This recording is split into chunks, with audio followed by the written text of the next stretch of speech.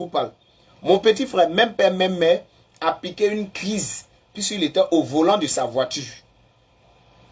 Paniqué, j'ai appelé l'un de mes frères cadets. Viens m'accompagner parce qu'on dit que notre frère a piqué une crise au volant. Dieu merci, il avait stationné. Il était 20 stations. Donc, on a pris un Yango, nous sommes arrivés, c'était à Trècheville vers la Citaraï. Ils ont une société de ciment qui n'est pas loin de là-bas. Donc, quand nous sommes arrivés, on a vu que notre petit frère était mal en point. Il tremblait, vraiment, les gens ne voulaient pas le toucher. Ils ne savaient pas de quoi il souffrait, donc ils ne voulaient pas le toucher. Vous voyez aussi, c'est ça. Moi, j'aurais bien voulu, on leur a dit appeler les pompiers, personne n'a appelé les pompiers. Et il est resté là, il était en train de trembler dans la voiture. Vous voyez un peu. Il tremblait dans la voiture. Et comme il tremblait dans la voiture, qu'est-ce que nous avons fait? Nous, c'est notre frère, on le connaît. On le connaît. On l'a soulevé. Donc, quand on l'a soulevé, on l'a mis, comme on appelle ça, on l'a mis dans une voiture et nous l'avons conduit au centre hospitalier universitaire de Trècheville, le CHU de Trècheville. Donc, quand nous sommes arrivés au CHU de Trècheville, les vigiles qui étaient là nous ont demandé à quelle urgence. On dit, ah, c'est notre frère qui a piqué une crise au volant. Il dit, d'accord, envoyez-le, comme on appelle ça, au service des urgences médicales. On a tourné dans le CHU, nous sommes arrivés au service des urgences médicales. À peine, nous sommes arrivés devant le service des urgences médicales, il y a un médecin qui sort. Il était en blouse verte. Il était en tout vert. Il avait fait un complet vert. Une blouse. Donc, quand il a vu notre frère qui est en train de se débattre dans notre main, sans toucher notre frère, sans l'avoir examiné, il nous dit en même temps, envoyez-le à Benjerville. Envoyez-le à Benjerville. Il a dit, comment l'envoyer à Benjerville? Il dit, envoyez-le à l'hôpital psychiatrique de Benjerville. Il a dit, hey, on vient avec quelqu'un, vous ne l'examinez pas, vous ne le touchez pas, vous nous dites automatiquement de l'envoyer à Benjerville. C'est quoi ça? Il me dit, tais-toi. Ici, là, c'est moi qui suis le médecin. Quand je dis, là, c'est ce qu'on fait. Que c'est moi qui connais je connais mon travail. Si tu étais médecin, toi, tu allais le soigner. Il a dit, non, non, non, ne me dites pas ça, c'est moi, mon frère. Je sais aussi que cela lui arrive souvent. Pourquoi vous nous dites de l'envoyer à Benjerville? C'est quelle manière ça? Il dit, si tu fais, vous allez vous retourner. Donc, les gars qui étaient à côté, d'autres parents du patient, ont demandé pardon. Donc, il dit d'ailleurs, il n'y a pas de chambre. Il dit, il n'y a pas de chambre disponible. Hey, il n'y a pas de chambre disponible. Plaider. Il y a un infirmier qui est sorti, il dit non, chef, il y a, comme on appelle ça, il y a une chambre qui est là parce qu'il y a un patient qui venait de mourir. Donc, ils avaient enlevé son corps. Mais il n'a pas dit qu'il est mort. Ils ont dit il y a un patient qui vient de partir. Donc, on devait le remplacer par quelqu'un d'autre. Automatiquement, il a dit ok, envoyez-le dans la chambre. Donc, on était dans la chambre 11. Ils l'ont mis au lit 6. Avant que les médecins ne viennent, nous, on était là, on les attendait pendant quelques minutes, pendant que notre frère était en train de se débattre, en train de se tordre de douleur. Il y a un infirmier qui est venu. Il nous a demandé de lui expliquer ce qui s'est passé. Chose qu'on était en train de faire. On a commencé à lui expliquer ce qui s'est passé.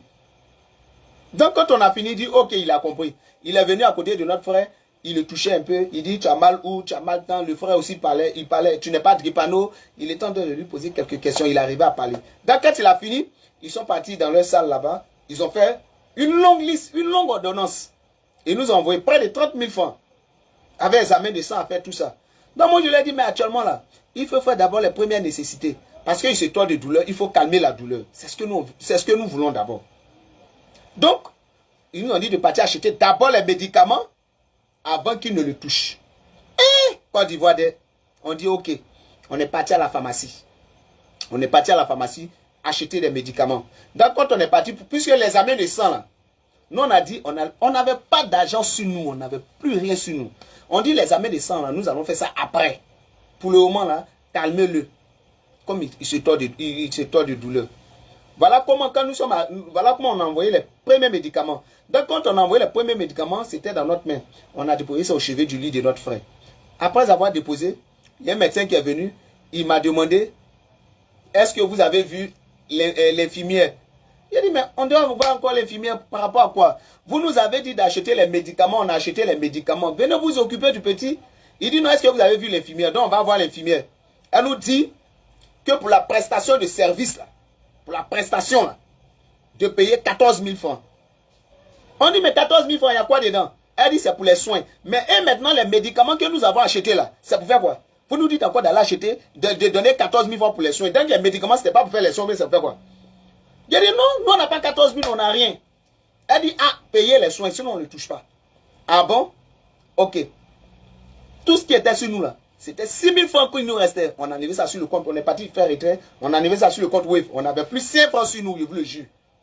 Quand nous sommes arrivés, on a plaidé, madame, prenez les 6 000 là. Elle a regardé, elle a pris les 6 000. On est retourné dans la salle. Dès qu'elle a pris les 6 000, les médecins ont commencé à s'occuper de notre frère. Ils l'ont mis sur perfusion. Donc quand ils ont fini, on était auprès de lui. Il était 19h30, on partait à 19h40 comme ça. Et on était là jusqu'à 21h30, à 21h30, puisque le sérum là tombait par goutte, vous connaissez comment ça tombe. Donc vers 21h30, on était là, et puis 21h30, oui, il y a une maman qui était sur le lit suivant, le 3e lit. Et là, la maman a rendu l'âme. Elle est décédée malheureusement. Elle est décédée devant nous-mêmes. Donc quand elle est décédée, les médecins sont venus tourner autour, voir, les amener, puis ils ont vu, prendre des notes. Ok. Donc après, ils ont appelé le morguier. Quand ils ont appelé le morguier pour venir enlever le corps, ils ne voulaient pas enlever le corps devant nous. Donc ils nous ont demandé de sortir de la salle. Ils allaient enlever le corps. Voilà comment nous sommes sortis. Mais le malade, notre frère est resté sur le lit. Donc nous sommes sortis de la salle. Dès que nous sommes sortis de la salle, on allait se mettre devant le centre hospitalier. Donc quand les morguiers ont fini d'enlever le corps, ils ont nettoyé le lit. Nous sommes rentrés. Donc quand on rentrait, il y a un infirmier qui nous appelle. Ah, les frères, venez. Il a dit, il y a quoi encore? Il dit, venez, que votre frère, on s'est occupé de lui. Mais payez les soins. Aïe! J'ai dit, mais attendez, on doit payer encore quels soins? Il dit, payez les soins. L'infirmière dit que vous n'avez pas payé les soins. Il dit, non, comment? On lui a donné 6 000 francs. Et même elle a dit, les soins, là, la prestation était à 14 000 francs. D'abord, même quand nous-mêmes nous sommes arrivés là, quand ils nous ont donné la chambre là, pour qu'on puisse mettre notre frère sur le lit là, nous-mêmes, nous sommes allés acheter un drap. Dans le CHU là-bas, on a acheté un drap à 3 000 francs. On a acheté un drap à notre argent à 3 000 qu'on a mis sur le lit. Maintenant, elle nous a dit de payer 14 000 francs pour la prestation, pour les soins. Mais 14 000 francs là, on l'a plaidé, on lui a donné 6 000 francs. Maintenant, toi encore, tout à l'heure, maintenant tu viens nous dire de payer encore les soins. On sait quels soins on doit payer. Il dit non, la chambre qu'elle a là, il y a le lit, le droit de la chambre, et puis il parlait de... Et puis bon, les choses bizarres comme ça, dans moi, il a dit non, on ne peut pas payer quelque chose. Je lui ai dit, on ne paye pas 5 fois parce qu'on n'a plus rien sur nous. Si vous voulez là, si vous voulez, mettez-nous en garant, gardez-nous aussi, et puis notre frère n'a qu'à partir à la maison. Elle a commencé, la dame, donc la dame, on était dans la salle où les infirmiers, le bureau là, elle a commencé à tempêter. Que vous les parents des malades là, pourquoi vous êtes ingrats comme ça? Pourquoi vous êtes ingrats comme ça? Quand vous venez ici là, vous faites pitié, et puis quand on finit de vous rendre service, c'est vous maintenant qui jouez au dur. C'est vous qui êtes ingrat. Pourquoi vous êtes méchant? Je lui ai dit non, ma chérie. Elle dit, il ne faut pas m'appeler ma chérie. Parce qu'il y avait une alliance sur son doigt. Elle s'appelle Rosalie. C'est comme si là, les autres l'appelaient Rosalie. Calme-toi, Rosalie, calme-toi. Elle dit, il ne faut pas m'appeler ma chérie. J'ai dit, bon, d'accord, madame, on ne se connaît pas. On ne se connaît pas. Tu ne peux pas me traiter d'ingrat parce que je suis venu ici avec un malade. Tu ne peux pas me traiter d'ingrat, tu me connais où? Ou bien tu me traites d'ingrat, tu m'insultes. Est-ce que tu sais ce que moi, il peut te faire aussi? Évite de m'insulter. Que vous êtes là, quand vous cherchez à présenter un concours et que vous obtenez le concours, pensez que c'est la fin du monde. Toi, tu as prêté serment. Ce que tu es en train de faire là, est-ce que c'est noté? D'abord, même l'argent qu'on te donne là, l'argent qu'on va te donner là, il y a un reçu. On lui a donné 6 millions, elle ne nous a pas donné de reçu. Elle va venir raconter encore du n'importe quoi. Elle ne nous donne pas de reçu. Elle ne fait aucun rapport. Tu mets l'argent dans quelle caisse de l'État? Ça rentre dans ta poche et tu vas venir raconter ta vie ici devant les gens et puis tu vas nous traiter d'ingrats de tous les noms. Je lui ai dit non. Non. Ne me parle pas sur ce ton-là. Ne me traite pas d'ingrat. Parce qu'on ne se connaît pas. Donc en train de se chamailler, il y a un infirmier qui m'a pris. Il dit allons, on est parti dehors dans le couloir. Il a commencé à me demander pardon. Il m'a demandé pardon. Ah, ce sont les femmes. Il faut les comprendre. Ce sont les femmes, c'est comme ça, elles sont fautes. Il a dit non. C'est vrai. Il y a des situations où on dit ce sont les femmes. Mais quand il s'agit de l'intérêt d'un malade, où on arrive dans un secteur que nous connaissons, dans un hôpital ou bien dans un service, les comportements des maisons, là, les humeurs des femmes, là, on ne va pas avec ça dans son service. Dans ce qu'elle est en train de faire là. Elle va exprès, elle va assumer. Et je lui ai dit ça, elle va assumer. Elle dit ça n'a qu'à partir ou ça peut partir. Toi, tu peux me faire quoi? Toi, tu peux me faire quoi? C'est ce qu'elle est en train de dire. J'ai dit, ok, il n'y a pas de souci. On a fini, non? Pendant qu'on était en train de parler, il était 22 heures. À peine. Bon, on a pu payer quelque chose. À peine on rentre dans la salle. Dès qu'on rentre dans la salle, on voit que le sérum qu'ils avaient, ils ont placé le sérum à 19h30, 40 par là. Il est 22 heures. On compte de 19, 20, 21, 22, 3 heures. En même temps, on rentre, on voit que le sérum est fini. Le sérum est fini dans sa boîte. J'ai dit, aïe, un sérum que vous avez mis à 19h40 et quelques. En comment, à 22h, là, sérum est fini dedans. Généralement, quand on place sérum, là, ça fait quelque chose de 6h, 7h de temps. L'infirmier me dit non, que sérum, là, on peut placer sérum en 1 heure et puis ça finit dedans. Donc, prenez votre malade, vous allez partir. J'ai dit non, vous ne pouvez pas, non, vous ne pouvez pas vous débarrasser de nous comme ça, qu'on prenne notre malade pour partir.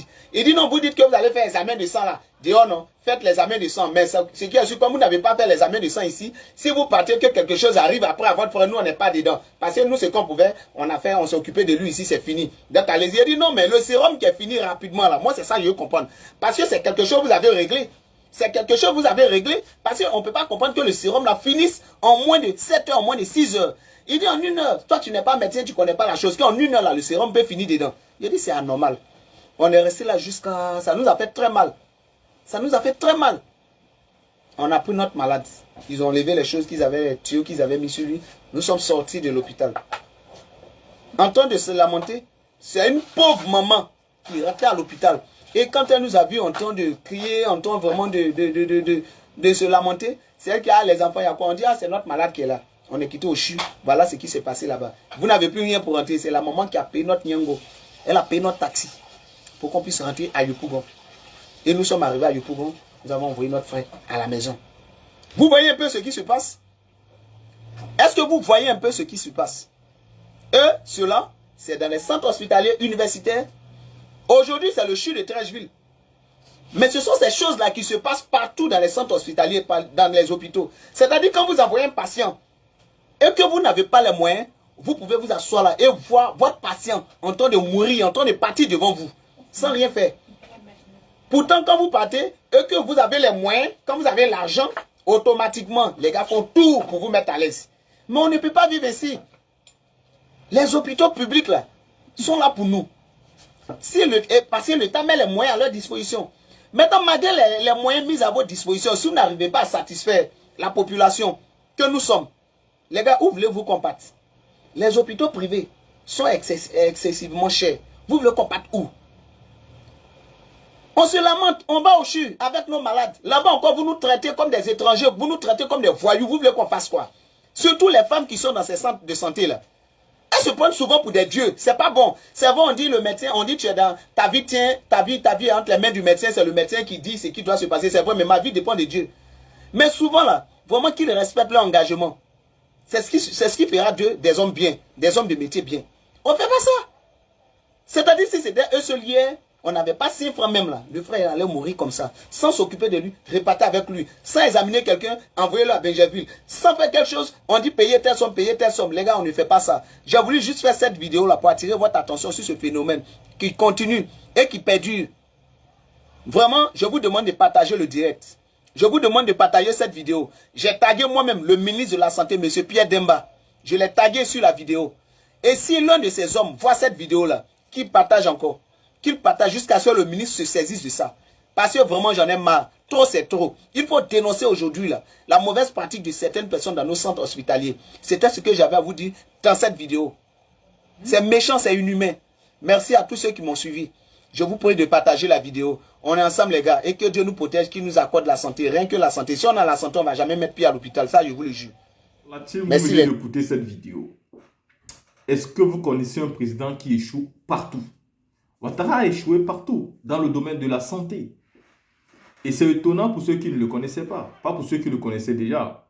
Pas pour ceux qui suivent le président Laurent Gbagbo qui avait dit depuis longtemps qu'il faisait de l'esbouffe, qu'il était un menteur. Il n'a jamais été sincère. Vous trouvez même des militants RHDP qui vous disent « Je suis Ouattara parce que je suis la vision du président. Je suis ce que le président propose. » Mais qu'est-ce qu'il propose en réalité? Il propose de faire des prêts. Il propose de prendre des crédits. Il propose de prêter partout et d'endetter la Côte d'Ivoire. Mais qui n'est pas capable de demander des crédits? Qui n'est pas capable de faire des prêts? Tout le monde est capable. La vraie vision, c'est qui va rembourser les prêts. Mais nous avons vu le président Gbagbo arriver au pouvoir et il a remboursé des prêts. Nous l'avons vu faire un ajustement de la dette. Nous l'avons vu faire toutes les stratégies pour que la Côte d'Ivoire puisse avoir des avantages et puisse sortir de cette position où elle était endettée. Ah oui, c'est le président Laurent Gbagbo qui l'a fait. Quelle est donc la meilleure vision? La vision de celui qui demande du crédit ou la vision de celui qui rembourse ses crédits? Tout le monde peut demander des crédits. Mais qui va rembourser? Ce parent qui va laisser ses enfants avec une grosse dette sur la tête et dont ses enfants auront l'obligation de rembourser pendant toute leur période vitale, ou ce parent-là qui fait un maximum d'efforts de mourir en laissant ses enfants sans aucune dette. Il n'a pas de vision, M. Ouattara. Sa vision est erronée, totalement. De l'autre côté, au niveau de la santé, la vie de l'être humain devait être la priorité. Des hôpitaux devaient être des endroits où quand vous arrivez, vous êtes sûr et certain que vous serez pris en charge, que vous ayez l'argent ou pas. Mais ce n'est pas le cas. Nous sommes dans une situation où les pièces d'identité sont vendues, et ça dans beaucoup d'États africains. Vous savez, vendre la pièce d'identité à un citoyen dans son propre pays, c'est comme lui vendre cette identité-là. Ça veut dire qu'en réalité, tu n'es pas ivoirien. Tu dois payer pour l'être. Si tu ne payes pas, tu n'as pas ta carte d'identité. Et pourtant, si tu es vraiment un Ivoirien, on doit te la donner gratuitement. C'est la seule chose qu'un citoyen ne doit pas payer. Mais chez nous, nous avons des personnes qui ont décidé de vendre la citoyenneté aux citoyens. Et vous vous retrouvez donc un Ivoirien qui va payer pour être Ivoirien. Il sera content de payer. Et même quand on se bat pour que la carte lui soit donnée gratuitement, il ne va pas comprendre. Dans tous les pays développés du monde, aucun citoyen ne paye pour avoir une pièce d'identité. Aucun ne paye pour avoir sa carte d'identité. Juste dans des pays sous-développés et où on se croit développé, qu'on fait ce genre de conneries. On se retrouve en train de vendre l'identité aux citoyens. Mais quelle est donc cette preuve-là si ce n'est pas que vous êtes en train de payer votre identité? Donc c'est ça le problème. Et beaucoup de dictateurs le font, surtout qui veulent se maintenir au pouvoir. Vous pouvez suivre l'exemple du Cameroun. Où aujourd'hui, pour avoir la carte d'identité, vous devez avoir minimum 15 500. Mais voici donc un Camerounais qui payera pour être Camerounais à 15 500. C'est triste, mais ça amuse beaucoup de personnes. Et surtout, les pseudo intellectuels qui font partie des partis au pouvoir. Si vous avez écouté cette vidéo qui est triste, dites-moi ce que vous pensez.